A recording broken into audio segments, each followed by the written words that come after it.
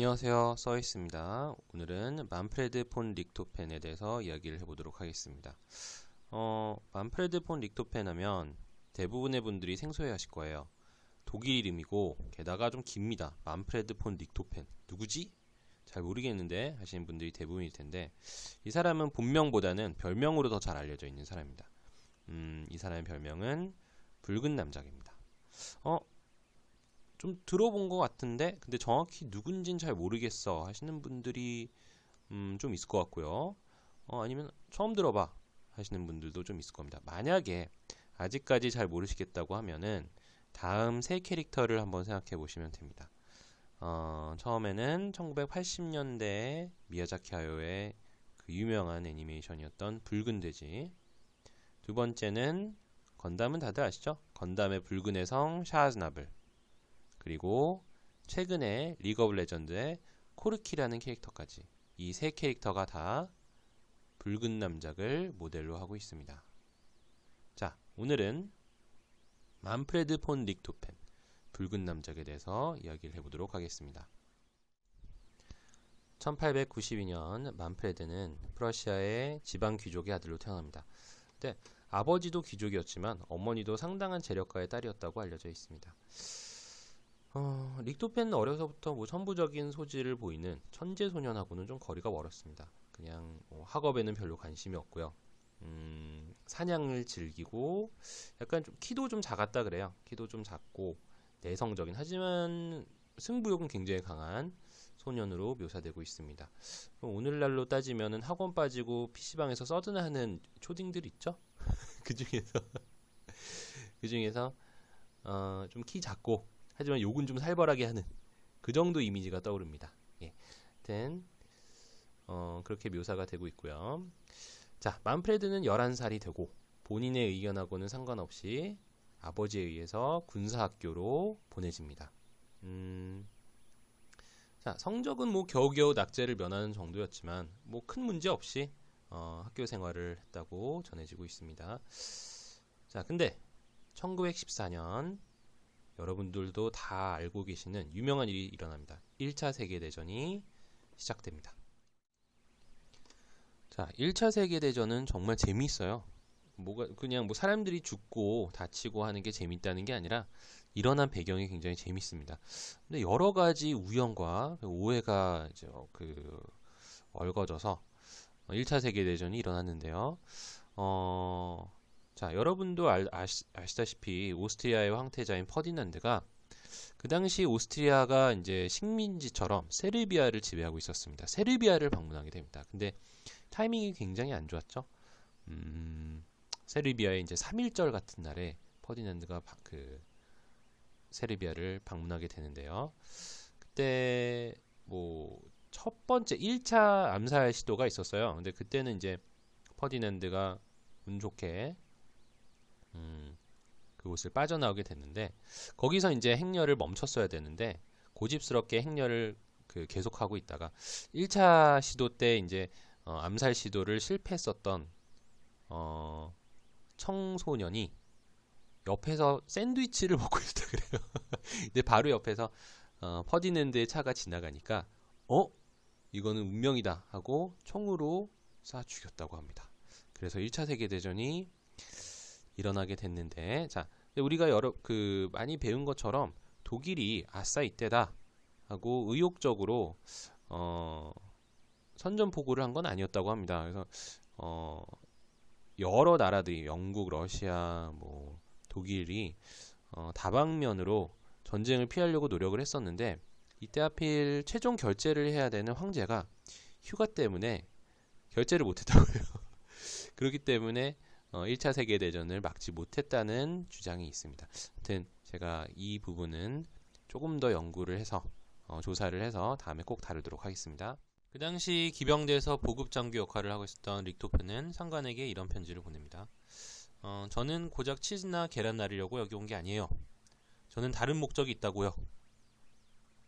자, 근데 상관이 이 편지를 보고 놀라운 게, 화를 낸 게 아니라 허락을 합니다. 그래, 너는 다른 곳으로 가라. 공군으로 가라. 라고 명령을 내려요.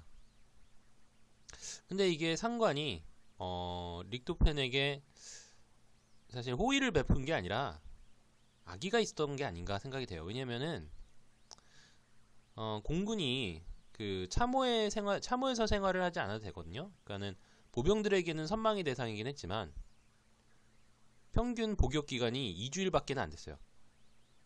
무슨 말이냐면은 2주일 안에 다 죽는 거죠. 빨리빨리 죽고 빨리빨리 대체가 되기 때문에 인원이 많이 필요했던 겁니다. 자, 근데 그 당시에 공군은 새로운 개념이었어요. 비행기가 언제 발명된지 아시죠? 라이트 형제에 의해서 1차 세계대전이 일어난 지 불과 10년 전에 첫 비행기가 개발이 되었습니다.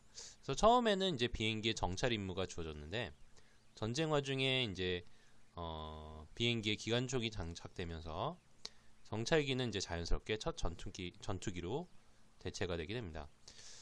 근데 이때 그 가장 큰 문제가 여러분들은 그런 궁금증을 갖고 있지 않았나요? 저는 그랬는데 기관총이 이제 프로펠러 사이에 위치해 있죠. 그죠? 근데 프로펠러가 막 돌아가고 있는데 그 속에서 기관총, 따발총이 바바바바박 하고 발사되고 있어요. 그러면은 결국에는 그 총알이 프로펠러를 부러뜨리지 않을까 궁금해 보신 적 없으세요?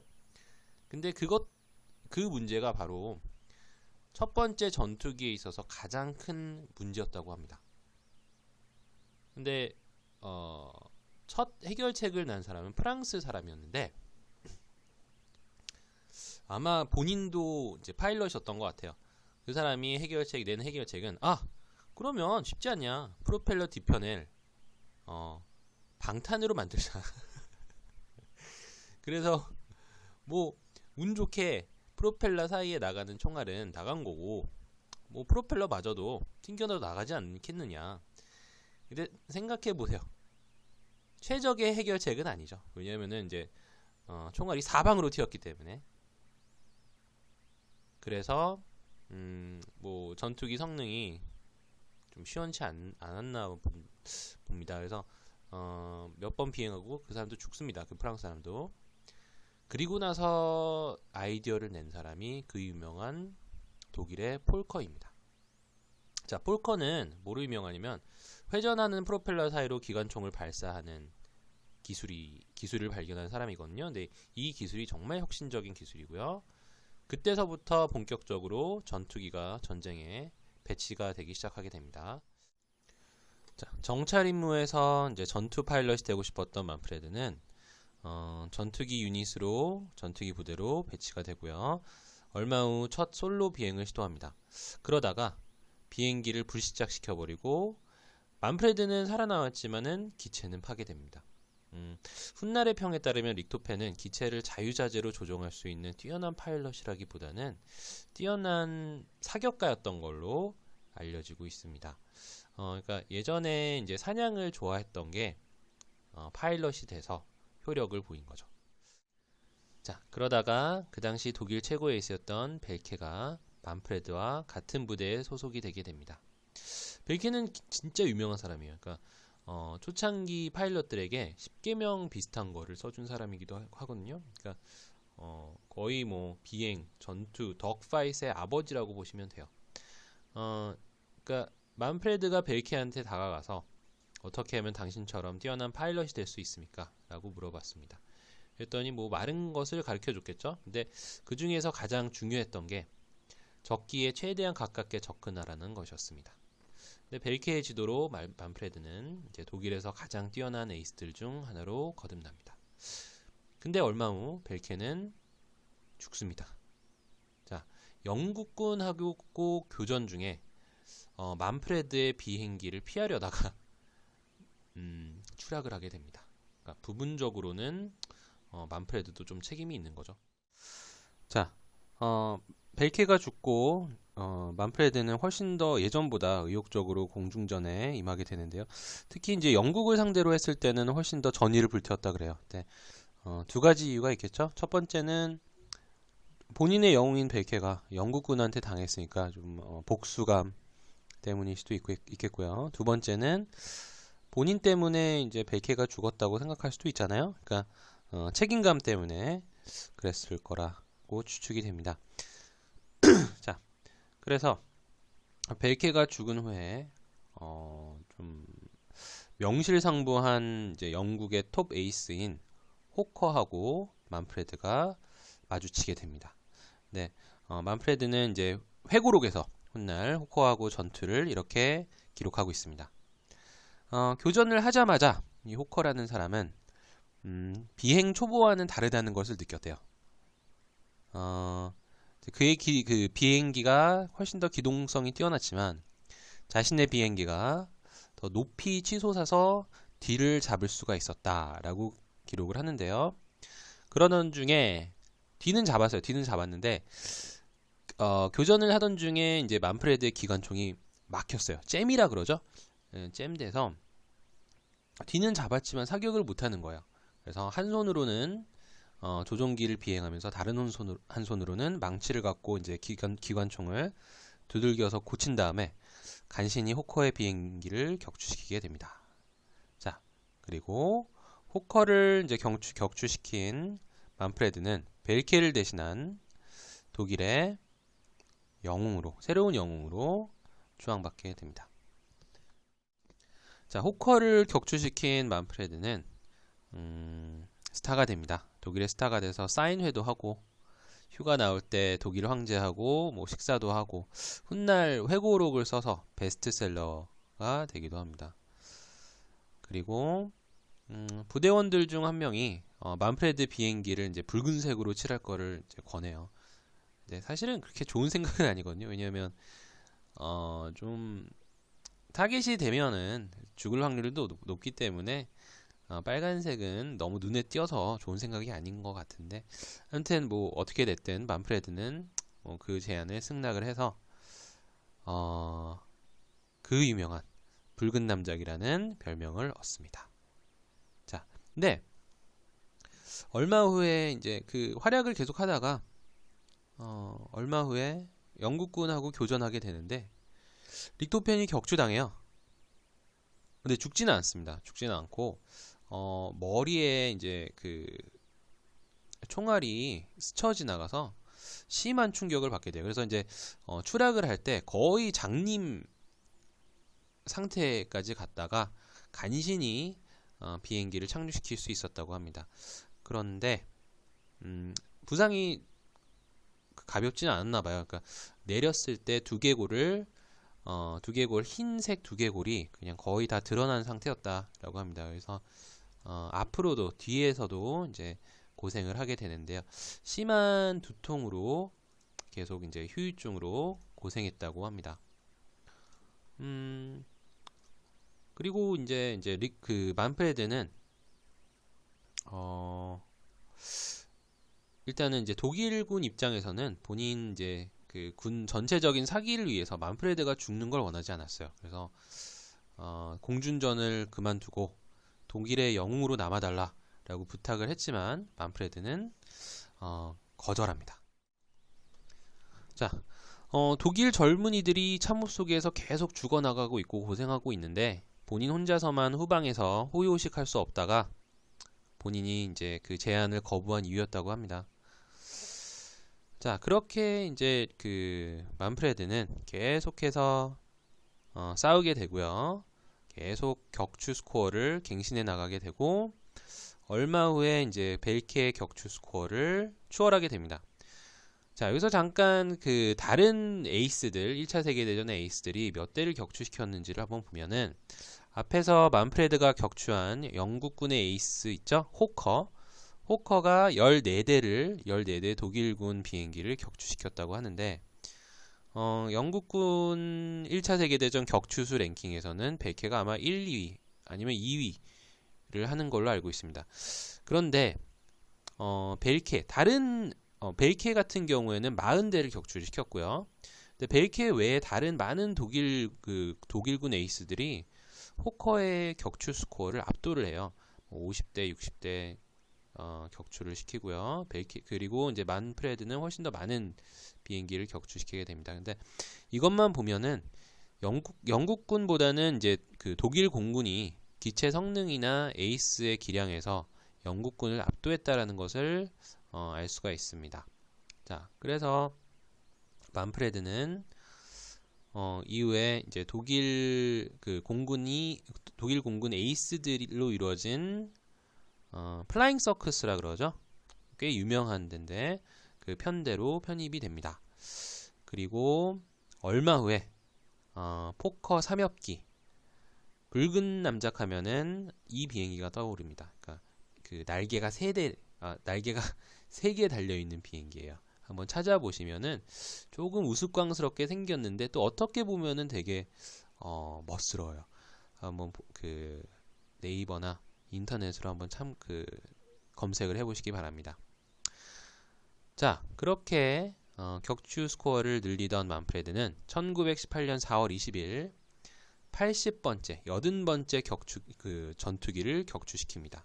이거는 본인의 스승 벨키의 격추수보다 2배가 더 많은 기록이었고요.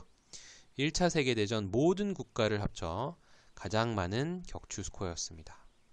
그리고 다음날 1918년 4월 21일 사망을 하게 됩니다.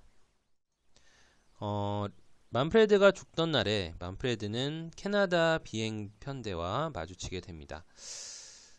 그런데 웃긴 게 만프레드가 쫓아갔던 비행기가 있어요. 근데 그 비행기는 기록이 있습니다. 그러니까 생존을 했기 때문에 기록이 있는데 그 파일럿의 기록을 얘기를 하자면 본인이 비행을 되게 못했대요. 되게 못했고 또 기관총을 한번 쏴볼까 하고 쐈는데 막혀가지고 잼이 돼가지고 에라 모르겠다 하고 기지로 귀환을 하고 있었대요. 근데 비행기 빨간색 비행기 한 대가 쫓아와서 뭐지 저거는 하고 있었는데 본인은 그게 이제 붉은 남자기는 전혀 모르고 있었는데 이렇게 얘기를 했어요. 본인 자신도 내 비행기가 어디로 튈지 예측을 못했다. 그냥 이쪽으로 회전했다가 저쪽으로 회전했다가 그러니까 오른쪽으로 회전했는데 왼쪽으로 가고 위로 올리려고 했는데 아래쪽으로 가고 자기도 되게 애를 먹었다. 그러니까는 생각해 보세요. 만프레드가 이제 에이스급 파일럿들을 많이 격추시켰잖아요.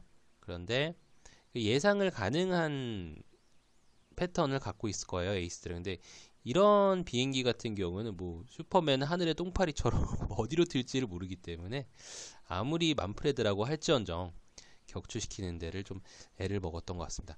근데 이제 캐나다 편대에서 로이 브라운이라는 캐나다 파일럿이 도움을 주러 와요. 그래서 기관총을 발사하고 만프레드의 3엽기는 땅에 추락하고 맙니다. 그리고 이제 이후에 이제 시체를 확인해 보니까 심장에 기관총알이 박혀 있었다고 합니다. 근데 로이 브라운이 만프레드를 죽였다고 그러니까 단정 짓기가 애매한 게 지상에 있던 이제 호주 기관총 부대도 자기들이 격추시켰다고 주장을 해요.